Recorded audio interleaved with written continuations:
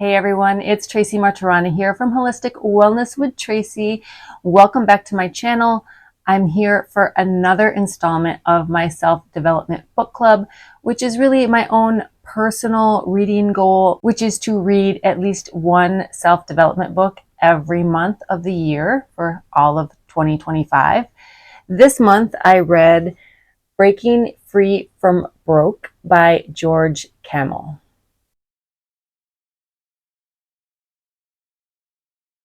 If you've never heard of George before, you've probably at least heard of Dave Ramsey. You might not be overly familiar, but you've probably at least heard the name because he has published books and is very well known in the world of personal finance for helping people get out of debt and build wealth. The reason I bring up Dave Ramsey is because George Kamel works for Ramsey Solutions. You can find George in a lot of cool places. He obviously has written this book. He also sometimes co-hosts The Ramsey Show with Dave Ramsey. He's on a podcast with Rachel, she used to be Rachel Ramsey. I don't know what her last name is now. But they co-host a podcast together called Smart Money Happy Hour, I believe it is, which is just essentially two friends who just hash out talking about money issues or different subjects while they're enjoying a cocktail. I mean, that sounds fun, right? George himself is very funny, and actually a lot of his humor comes through in this book as well. I feel like this book really should be required reading in high school because several of the things he discusses would actually help keep people out of debt to begin with.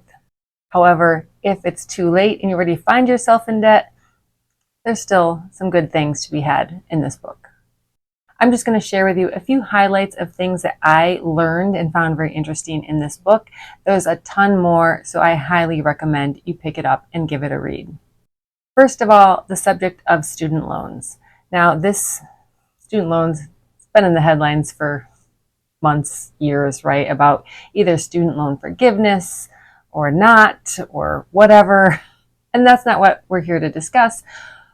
But George points out that student loans are sort of just a way we're kind of trapped into getting in debt because the price of going to college has grown like a lot. Sorry, I couldn't think of a better word. He compares it back to like the late 70s, early 80s to like now, like the early 2020s. I don't know exactly what year, 2022, 23, that the cost of going to college, getting like a bachelor's back in like 80 versus now, the cost of that degree is now 1,400% higher.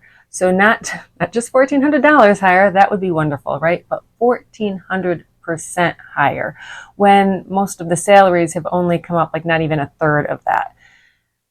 That means for kids graduating from college, they now have a huge amount of debt for the same education that, a few decades ago, you came out with like this much debt. Kind of starts them off in a really bad place. So he does point out that there are other ways, like maybe don't go to school right after college. If you are a parent and you have the money to put aside to help your kid go to college, that's worth it. He also discussed that not everybody needs to go to college, even though many companies don't necessarily want to hire somebody without a college degree. There are other options. And he sort of says, maybe look into them before you sign up for this huge amount of debt. He discusses credit cards. Now, this is something that I learned from just watching him on some of his podcasts or watching Rachel or Dave. It's part of like the whole Ramsey solution thing is to ditch the credit cards. And let me continue that. It's not just because that when we use credit cards, we end up like making interest payments, we end up with late fees. So it's not about that. It's actually about the fact that if you compare to like, I'm going to use my debit card or I'm going to use my credit card and I'm going to pay it off every month. For one, you say that, but do you really pay it off every month? But even if you do, even if you pay your credit card off every month, you will still spend more using a credit card than you will a debit card. Because when you use that debit card, you watch the money come right out of your account, and it's much more painful. And when you're using a credit card, it's like imaginary money. You can do it pain-free right now, and you worry about it later.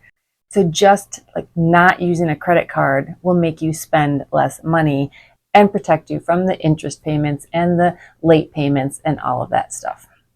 Another thing that he mentions in this book, and I've also heard him talk about before, is essentially that car loans are a crock. We're going to talk for a minute mostly about new cars.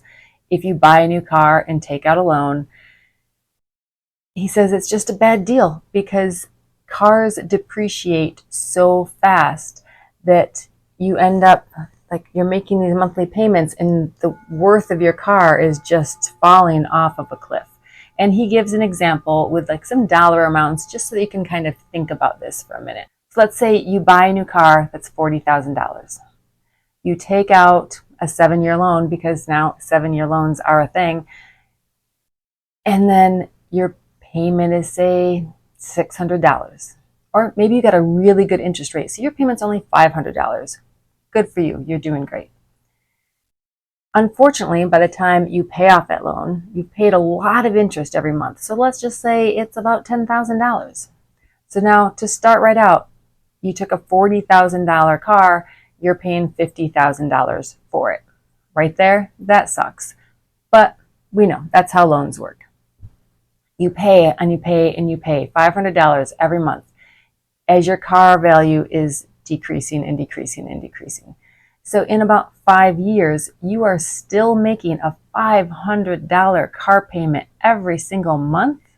And that $40,000 car that you paid $50,000 for is now only worth about $16,000. So you have a $16,000 car that you are paying $500 a month for and still have like at least a year, if not 2, left to pay on it. Yeah, that's a bad deal. And I get that. I have tried much of my adult life to avoid a car payment. I have one now and I'm not thrilled about it. But if you can avoid a car payment by, for one, maybe just not buying that new car, because the new cars depreciate very fast. If you get a car that's already a few years old, that depreciation has already happened. So what you're going to pay for the car is going to be less. Now, at this point in time, used cars are incredibly pricey, which doesn't make any sense to me, but it might behoove you to buy a used car, a cheaper car, save up money, pay cash. If you have to take a payment out, make a bigger down payment so like you're borrowing less money and then pay it off as fast as possible. The one thing he will tell you that is even worse than a car payment is leasing a car, because you never even own the car. It's just loss after loss after loss. And a lot of people will say they lease it because it keeps their payments low and they're always going to have a car payment. And his point is, if you're always going to have a car payment, you're buying cars that you can't afford. Next, he talks about mortgages. And this is a fairly long chapter, if I remember correctly, because he does go into talking about all the different kind of mortgages that you can get. He talks about sort of, we think, all right, I can afford the mortgage, I can afford a house, but we forget about taxes and insurance and repairs and improvements and all of the things that come along with owning a house that cost a lot of money. So his point is that some people maybe kind of rush into buying a house before they're ready. If and when you decide it is time to buy a house, George says the only mortgage you should get is a conventional 15-year fixed interest mortgage, 15 years. So therefore, that means you have to either have a really big down payment, or maybe you have to wait a little bit longer to build that down payment before you buy a house.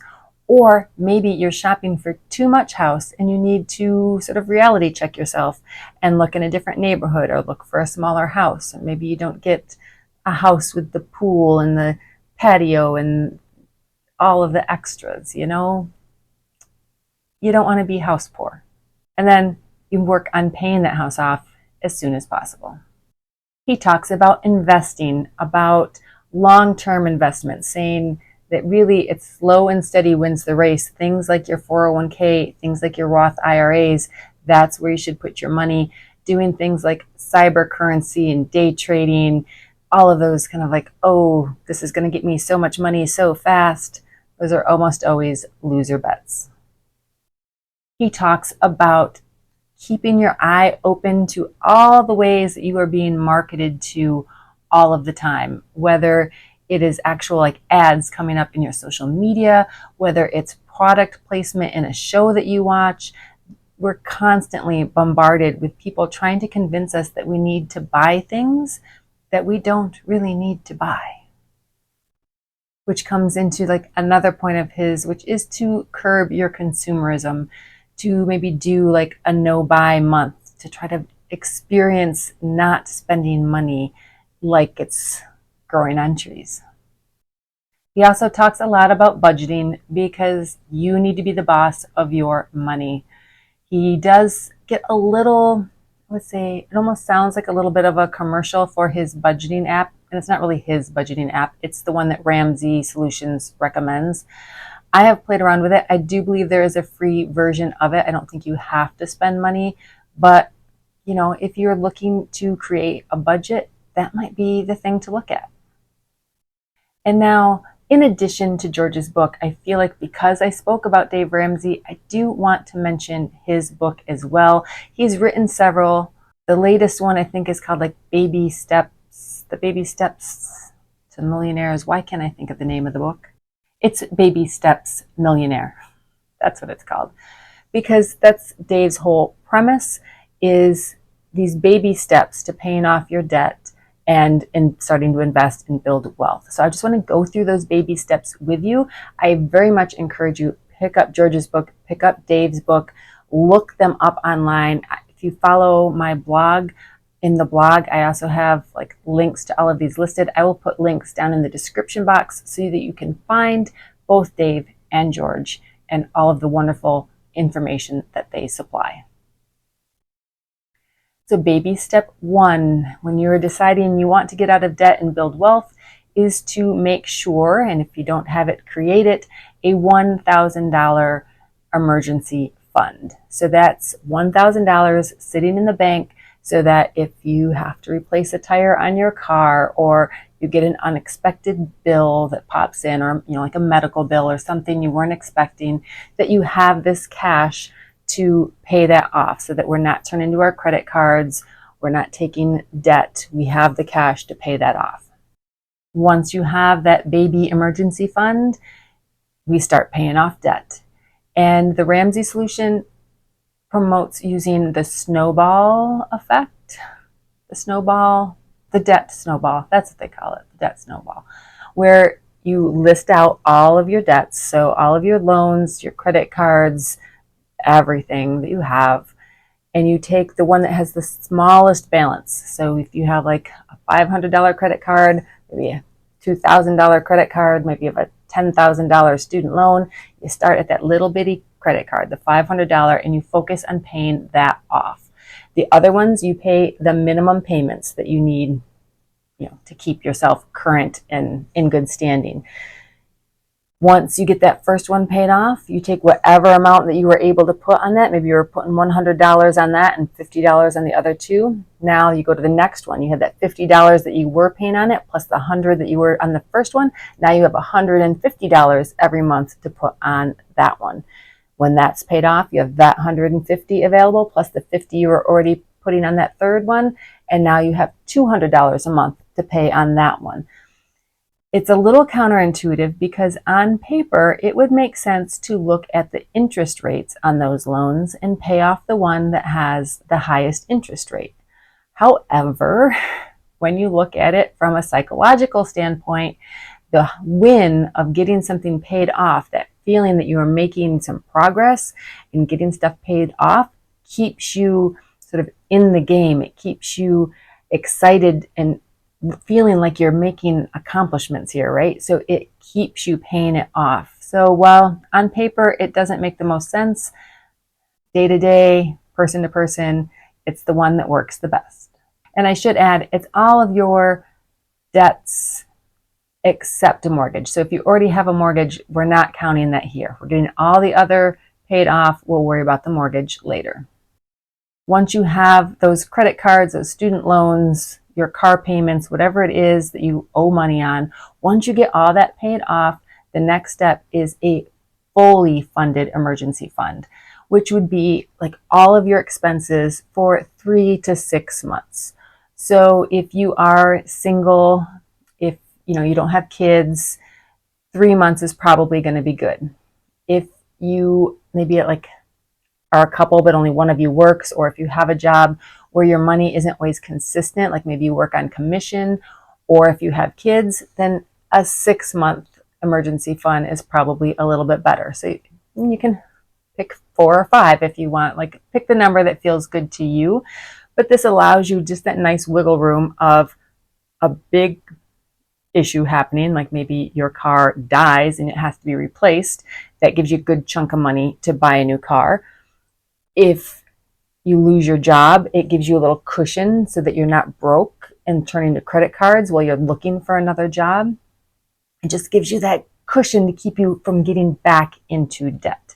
And if at any point something happens, like as you're building that account, or even before then, when you have your $1,000 emergency fund and you're paying off debt, and maybe all of a sudden your car breaks down and you just had to pay $500 to fix it, then you slow down on the debt and you put that $500 back in an emergency fund, get that back up to $1,000 and start back over. So you kind of wiggle between the baby steps if you have to. Once you have that big full funded emergency fund, we come to baby step 4, which is to invest about 15% of your income into retirement type savings. So it doesn't have to be retirement, but like long-term savings. Your 401k, a Roth IRA, maybe like a big, like a big high interest rate savings account, something where you're making some money with that money. Baby step number 5 only matters if you have kids, and that is to then start a college fund for your kids. Number 6 is only if you have a house, and that is to start paying off that mortgage. Put all that money that you can now. See, like we had all that debt we were paying. That's all cleared up now. We are investing more, so we don't have maybe as much, but we should have extra money now to be putting towards our mortgage and getting that house paid off. And then number 7 is just continue to build wealth and to give money. So they're a big proponent of making sure that once you are stable, secure, feeling like financially good, that you give to charities, that you give back, that you help others. Again, for possibly the 3rd time, I highly recommend both of these books. Pick them up, take it to heart, use what they say. It's all good stuff. And remember, look them up online. They're all very entertaining. All the Ramsey people, they're all entertaining and full of knowledge. Thank you so much for joining me. Have a great day.